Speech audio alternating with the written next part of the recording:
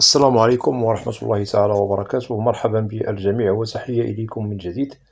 برنامج اليوم هو برنامج مهم موجه خاصة إلى الإخوة والأخوات الذين هم مقبلون على الهجرة إلى الولايات المتحدة الأمريكية. إذن هناك نقاط مهمة سوف نتطرق لها في البرنامج، ولا بأس إن استفدتم من البرنامج أن تقوموا بمشاركته مع الأصدقاء والأحبة، هذا كله لكي تعم الفائدة. ولا تنسوا أن تشتركوا في القناة. إذن بالنسبة للتساؤل من طرف الإخوة والأخوات الذين هم مقبلون على الهجرة إلى الولايات المتحدة، بالطبع نحسبهم من المهاجرين الجدد إلى الولايات المتحدة الأمريكية. بالطبع سوف نجد من هو سوف يهاجر عن طريق القرعة الأمريكية، وسوف نجد من هو مهاجر عن طريق لم شمل عائلي، وسوف نجد من هو سوف يهاجر بشكل آخر. وبالطبع كل هؤلاء سوف يدخلون بشكل أو بصفة قانونية إلى الولايات المتحدة، تمكن لهم الإقامة الدائمة. بالطبع سوف يتحصلون على الجرين كارت في المرحلة الأولى، ثم هناك إقامة ما بعدها سنوات إن شاء الله، ممكن طلب الجنسية الأمريكية. إذن التساؤل المهم الذي نؤكد عليه أو يؤكد عليه الإخوة والأخوات الذين هم إن شاء الله مقبلون على الهجرة إلى أمريكا: هل جميع الولايات ال50 تناسب المهاجرين الجدد؟ نجيب هنا بأنه يجب أولا أن ننظر إلى وضع المهاجر الجديد. هل هو عازب، متزوج، لديه أبناء أو أطفال بنعم أم لا؟ ثم ننتقل إلى الشواهد أو الكفاءات التي لديه، مثلا في مجال تخصص وخبرة، سواء مجال وظيفي أو مهني. ثم ننتقل إلى وضعه المادي في الوهلة الأولى: هل هو ميسور الحال من ناحية القدرة المادية على توفير مال يقضي به أغراضه المعيشية في الفترة الزمنية التي دخل فيها إلى الولايات المتحدة الأمريكية؟ أي نؤكد هنا عن أو على الأشهر الأولى التي تلزم على المهاجر أن تكون لديه قدرة مادية تفي بالغرض في الأشهر الأولى عند دخوله إلى الولاية باسمها، ريثما يحسن من ظروفه المعيشية، أي عندما سوف يجد عملا ويستقر. هنا سوف يستغني على أيتها مساعدة من أي جهة، سواء أصدقاء أو عائلة مقربة إلى غير ذلك. إذن بعدما نظرنا إلى النقاط المهمة والمحيطة بالمهاجر الجديد، ننتقل إلى اختيار الولاية المناسبة له. بالطبع هناك ولايات 50 بالولايات المتحدة الأمريكية.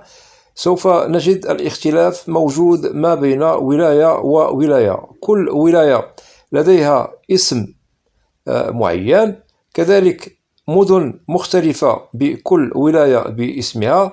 كل ولاية سوف نجد شعار أو راية تتعلق بهذه الولاية باسمها. زائد كذلك ننظر إلى اقتصاد الولاية، الموقع، المناخ، فرص العمل، إلى غير ذلك من الأشياء المهمة التي تدخل في البحث العميق عن الولاية المناسبة للمهاجر الجديد. بالطبع هناك ولايات أسماؤها معروفة، المعيشة بها باهظة أو غالية الثمن، سواء في أسعار استئجار السكن، كذلك مستلزمات العيش اليومية التي يحتاجها المهاجر من أكل وشرب هو باهظ الثمن، إلى غير ذلك من الأشياء المهمة المتطلبة للعيش كضرورة مؤكدة يحتاجها كل مهاجر جديد إلى الولاية باسمها. ونؤكد هذه الولايات تعد من ضمن الولايات التي لديها رتبة عالية في اقتصاد الولايات المتحدة الأمريكية. نذكر أسماء بعضها، وبالطبع اللائحة طويلة لأسماء هذه الولايات التي بها المعيشة باهظة وغالية الثمن. أولا نبدأ بولاية نيويورك، ننتقل إلى ولاية كاليفورنيا، ننتقل إلى الولاية الأخرى وهي ولاية واشنطن، ننتقل إلى الولاية الأخرى وهي ولاية ماساتشوستس، ننتقل إلى الولاية الأخرى وهي ولاية كونتيكت، ننتقل إلى الولاية الأخرى وهي ولاية أوريغون، ننتقل إلى الولاية الأخرى وهي ولاية ماريلاند، ننتقل إلى الولاية الأخرى وهي ولاية نيوجيرسي، ننتقل إلى الولاية الأخرى وهي ولاية رود آيلاند، ننتقل إلى الولاية الأخرى وهي ولاية ألاسكا، زائد ولاية هاواي، ثم الولاية الأخرى وهي ولاية فلوريدا. وكذلك هناك ولايات أخرى تحسب من ضمن الولايات التي بها المعيشة باهظة أو غالية الثمن. المهم هو أننا ذكرنا لكم بعض الولايات المعروفة أسماؤها، وبالطبع هذه الولايات بها جالية عربية مهمة ومختلفة الجنسيات، وكذلك بها جنسيات أجنبية. ونؤكد بأنه المعيشة بهذه الولايات تتطلب من المهاجر فرض كل ما عنده مهم يتعلق بعمله وكفاءته وخبرته، وهذا للتأكيد لفرض ذاته ونفسه للعمل بجد لكي يتسنى له ترتيب حياته بشكل نظامي داخل الولاية التي سوف يختارها للعيش والإقامة بها مستقبلا. لأنه من دون أخذ زمام الأمور في الاشتغال بجد في هذه الولايات، فالمهاجر الجديد ممكن له أنه يعاني في المرحلة الأولى المتقدمة في حياته، لأنه المعيشة باهظة وغالية الثمن، ويجب أن يأخذ كل ما هو مهم يتعلق بكل ولاية اقتصاديا بعين الاعتبار. بالطبع وضحنا أن هناك أشياء مهمة تدخل في صلب وضع كل مهاجر جديد، سواء ظروفه الاجتماعية، عمله، وظيفته، ووضعه المالي في المرحلة الأولى عند دخوله إلى أمريكا. زائد على هذا نؤكد بأن الولايات السالف ذكرها قبل قليل لكم بها فرص عمل متوفرة بشكل كبير، وممكن للمهاجر أن يجد العمل بسرعة. فقط يجب على المهاجر أن يستحسن جهوده للبحث عن ما هو عملي لأجل تحسين وضعه على مختلف الأصعدة.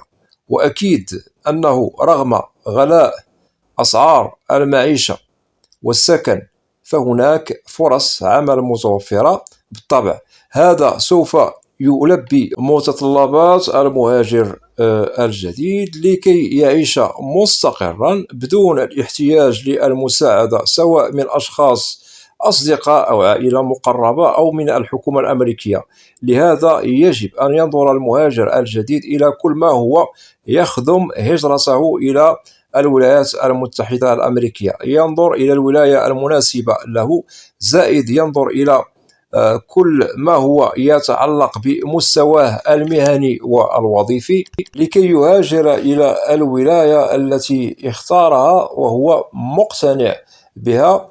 وبالطبع فهو آخذ فكرة بحثية مقنعة عن الولاية التي اختار الهجرة لها في أول وهلة إلى الولايات المتحدة الأمريكية. ونؤكد بأنه العديد من المهاجرين العرب المقيمين بهذه الولايات السابق ذكرها قد حسنوا من وضعهم وحققوا كل ما هو مهم متعلق بالإقامة والحصول على الجنسية الأمريكية، ومنهم من كان وضعه سابقا غير جيد وهو حاليا أصبح وضعه والحمد لله جيد، ويعيش في ظروف حسنة كريمة، استقرار في الأعمال الدائم، استقرار في السكن، استقرار في كل ما هو مهم يبحث عليه كل مهاجر منكم. وهذا يؤكد لنا بأنه ممكن لكم أنتم كذلك تحسين وضعكم إلى الأحسن والأحسن، رغم أن هناك بعض الإكراهات التي ممكن أنها تزعج البعض منكم، ولكن هذا لن يستمر معكم طويلا. فقط تنظروا إلى المهاجرين الذين سبقوكم بالطبع كركب سابق. وهنا نؤكد على المهاجرين القدماء والمهاجرين الذين هاجروا إلى الولايات المتحدة منذ سنوات قريبة.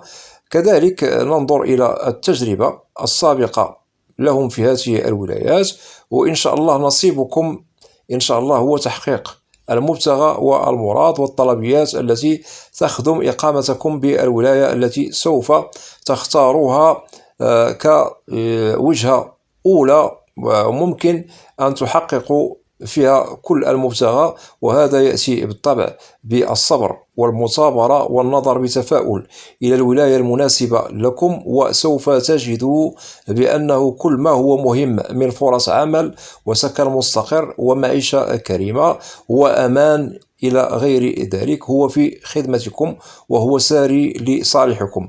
فقط للتأكيد، الاختيار المناسب للولاية التي تناسب ظروفكم يعني سواء الاجتماعية، وإن شاء الله أموركم بخير بالولاية التي اخترتموها باقتناع أو بقناعة. وأدعوكم لكي تشتغلوا على هذه النقاط والنصائح المهمة التي سردتها عليكم في البرنامج، وإن شاء الله أموركم بخير. واعلموا بأن الولايات الخمسين بالولايات المتحدة كلها ولايات جيدة. بالطبع ذكرنا لكم الولايات التي بها المعيشة باهظة الثمن وغالية الثمن. بالطبع هناك ولايات أخرى إن شاء الله سوف نذكرها لكم في مناسبة قادمة عبر القناة، من ضمنها الولايات المتوسطة العيش، وهناك الولايات الأرخص. وللتأكيد بالنسبة للولايات التي ذكرنا لكم ممكن أن تقوموا ببحث دقيق. بالطبع نحن قربنا لكم يعني بعض المعلومات، ولكم إن شاء الله واسع النظر في الاختيار المناسب للولاية المناسبة لكم إن شاء الله مستقبلا. وكذلك إذا لديكم تساؤل عن كل ولاية باسمها فممكن طرح سؤالكم عنها عبر القناة، وإن شاء الله سوف أجيبكم. وضعوا في الحسبان بأنه هذا البرنامج هو موجه للمهاجر الجديد الذي سوف يدخل بشكل قانوني إلى الولايات المتحدة الأمريكية. وبالطبع وضحنا سواء عن طريق قرعة أو لم شمل عائلي إلى غير ذلك من أنواع فيزا هجرة إلى الولايات المتحدة الأمريكية. وأتمنى من الإخوة والأخوات الذين لا زالوا لم يشتركوا في القناة أدعوكم للاشتراك في القناة وتفعيل زر الجرس ليصل إليكم كل جديد. ولا تنسوا أن تدعمونا دائما باللايك لكي نصل إلى أكبر نسبة من المشاهدة. وبالنسبة للقناة محتواها كامل وشامل عن الهجرة والمهاجر إلى الولايات المتحدة الأمريكية بشكل عام وكتعريف. وإذا لديكم أسئلة ممكن طرحها كتعليق عبر القناة، وسوف تجدوا الإجابة عبر البرنامج المعروف في القناة برنامج أسئلة وأجوبة، لأنني لا أستثني منكم أحدا. وأود أن أشكر جزيل الشكر كل الإخوة والأخوات الذين يقومون بوضع تعليق محترمة. مرحبا بكم جميعا بأسمائكم، وإلى لقاء قريب بإذن الله. والسلام عليكم ورحمة الله تعالى وبركاته.